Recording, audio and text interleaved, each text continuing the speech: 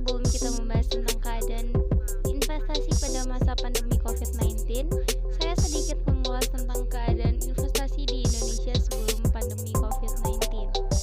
Sebelum adanya pandemi COVID-19, kondisi perekonomian global masih menunjukkan pertumbuhan yang positif. Walaupun sebelum COVID-19 ini, pertumbuhan global diselimuti dengan beberapa ancaman, yaitu ketegangan geopolitik antara Amerika Serikat dan Iran, perang dagang antara Amerika Serikat dan Uni Eropa yang dipicu oleh kesempatan Green Deal UA, perang dagang antara Amerika Serikat dan Tiongkok, serta isu Brexit yang belum selesai. Namun, secara keseluruhan, kondisi ekonomi global sebelum COVID-19 masih baik dan perspektif untuk melakukan investasi. Tidak hanya perekonomian global yang positif, sebelum pandemi pun perekonomian nasional masih cukup baik dilihat dari IHSG pada awal Januari yang sempat menyentuh angka 6.300. Hal ini adalah salah satu capaian yang baik dan menarik bagi Indonesia. Tidak hanya itu, prospek ekonomi nasional juga masih stabil, di mana pertumbuhan ekonomi berada pada level 5 sampai 5,5%. Kemudian regulasi-regulasi yang dibuat oleh pemerintah, kondisi rupiah yang cenderung lebih stabil, dan cadangan devisa kita yang bagus menjadi daya tarik bagi investor untuk berinvestasi di Indonesia. Seperti yang kita ketahui, virus muncul pertama kali di kota Wuhan, China, dan menyebar sampai ke Indonesia sekitar awal atau pertengahan Maret 2020. Setelah virus ini ditemukan, tren IHSG atau Indeks Harga Saham Gabungan menjadi turun. IHSG sendiri merupakan indeks harga yang digunakan dalam Bursa Efek Indonesia sebagai patokan para investor untuk mengukur keuntungan yang dapat dilihat dari pergerakan pasar. Penurunan IHSG yang terjadi di Indonesia sampai di bawah level 4.000. Penurunan ini tentunya juga tidak lepas dari sentimen atau pandangan investor yang melihat bahwa pemerintah Indonesia saat itu belum serius dalam menangani COVID-19 ini. Sehingga ketika krisis kesehatan terjadi dan sentimen-sentimen itu ada, membuat para investor lebih memilih untuk menarik dananya dari pasar modal, sehingga hal tersebut tentunya membuat harga saham mengalami penurunan. Hal ini bertujuan untuk menghindari kerugian yang dialami oleh investor.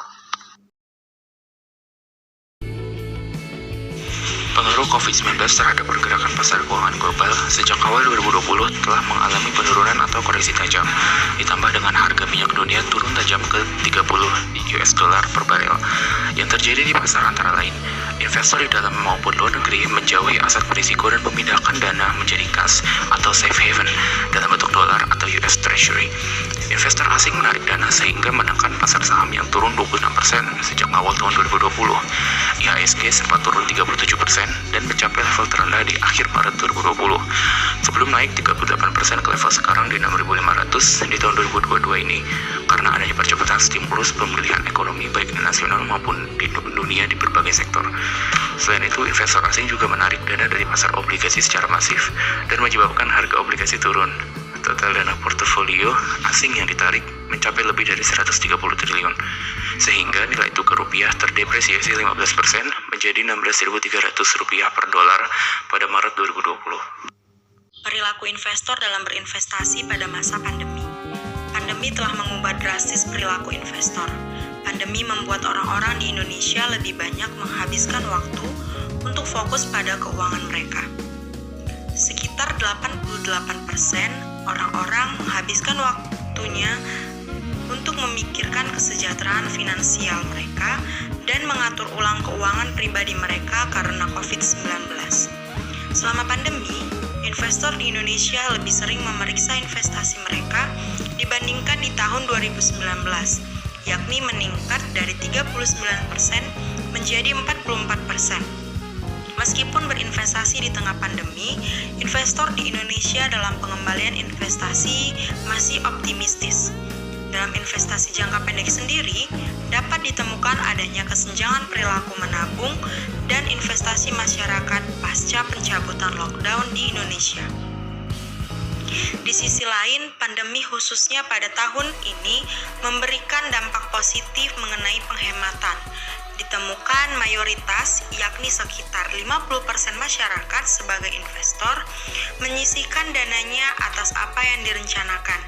Sementara 30% investor menyisihkan lebih dari yang mereka rencanakan dan 20% lainnya tidak menyisihkan sebanyak yang direncanakan. Di sisi lain juga, pandemi mendorong masyarakat untuk melihat rencana pensiun.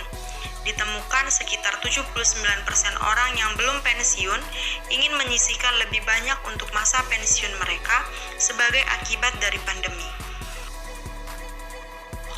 Rekomendasi investasi yang cermat pada masa sekarang ini. Tidak ada yang mengetahui investasi apa yang paling tepat selain diri sendiri. Sebaiknya, kenali terlebih dahulu profil risiko diri sendiri dalam berinvestasi. Apakah kita cenderung orang yang dengan tipe risiko menghindar risiko, moderat, atau pengambil risiko? Dengan kondisi ketidakpastian yang cenderung tinggi saat ini, seorang penghindar risiko akan memilih instrumen investasi dengan tingkat stabilitas yang baik seperti emas. Sementara itu, seorang yang tergolong pengambil risiko tentu akan memilih instrumen investasi yang berisiko tinggi, namun memiliki return yang tinggi pula. Setelah mengetahui profil risiko diri sendiri dalam berinvestasi, ada beberapa rekomendasi investasi yang dapat kami rekomendasikan. Di antaranya yaitu, yang pertama, reksadana pasar uang. Di mana reksadana pasar uang boleh dibilang memiliki tingkat risiko yang rendah. Dalam reksadana pasar uang, uang yang kamu investasikan akan dikelola di instrumen pasar uang dan menawarkan keuntungan yang stabil. Imbal hasil yang diberikan oleh reksadana pasar uang rata-rata berkisar 6-7% per tahunnya. Modal investasi reksadana pasar uang pun bisa dikatakan receh. Dapat dimulai dari Rp10.000 untuk pembelian reksadana online di marketplace. Rekomendasi investasi yang kedua yaitu ada reksadana pendapatan tetap. Reksadana pendapatan tetap adalah jenis reksadana yang sebagian besar alokasi investasinya ditempatkan pada efek utang yang memberikan pendapatan tetap.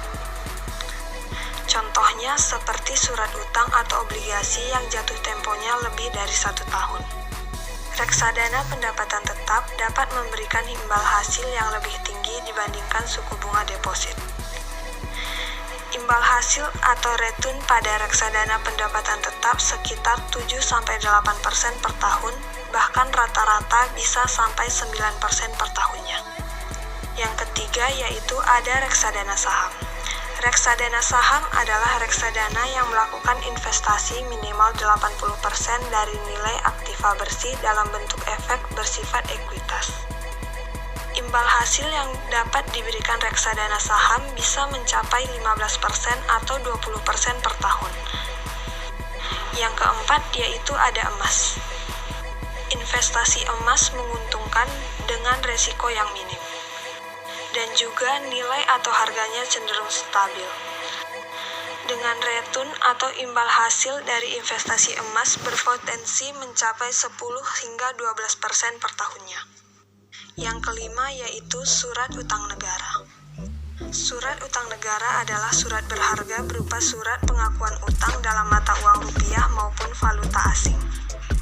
Investasi di surat utang negara tidak akan rugi dikarenakan pembayaran bunga dan pokoknya pun dijamin oleh negara Republik Indonesia sesuai dengan masa berlakunya. Investasi surat utang negara dapat dikatakan untung karena ada bunga yang dibayarkan secara periodik dan pastinya 100% akan kembali balik modal. Rekomendasi investasi yang keenam yaitu pendanaan di vintage lending. Keuntungan yang dapat diperoleh dari pendanaan di vintage lending bisa mencapai hingga 18% per tahunnya. Dan yang ketujuh yaitu ada saham. Itulah beberapa investasi yang dapat kami rekomendasikan. Oleh karenanya, sebelum memulai investasi, pastikan kamu mengetahui dan mempelajari resiko instrumen yang dipilih.